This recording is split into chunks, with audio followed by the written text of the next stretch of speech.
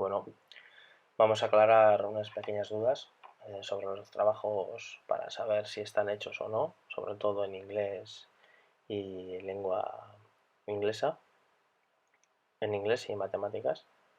Y bueno, aquí estoy metido como un alumno, ¿vale? Y para saber si he hecho los deberes o no, tendremos que ir a Egitecoac, ahí arriba a la izquierda, lo podemos ver. Y sobre todo es porque son cosas que no están unidas a Classroom, son externas a Classroom. Por lo tanto, deberemos de ir, como he mencionado, a Egitecoac y, y después iremos a Eginda. Eginda quiere decir que ya está hecho. Vamos a ir a Egitecoac, damos clic. Aquí podemos ver los trabajos que se le han asignado y los trabajos que están hechos. Eginda son los trabajos que ya están hechos. Les damos clic y aquí podemos ver los trabajos que ya están hechos.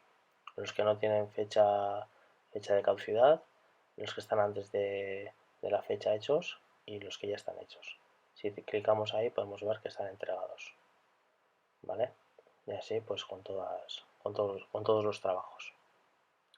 Después vamos a la clase, por ejemplo, de inglés.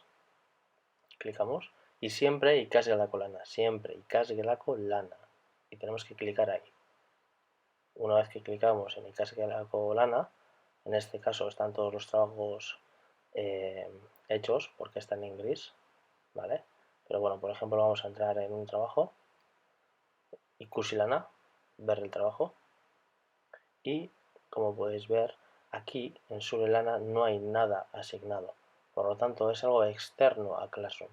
Y ahí podemos ver que en Live Worksheet o en Matific, que son webs que están pues fuera de Classroom, lo que tendremos que hacer es donde pone desegin bidalketa, pondrá markatu egindako gisa, marcar como trabajo realizado, después de que lo hayamos hecho en Live Worksheet o en Matific.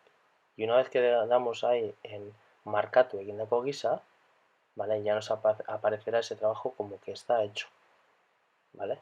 Después iríamos otra vez a Egitecoac, Eginda, y aquí ya nos aparecería como entregado.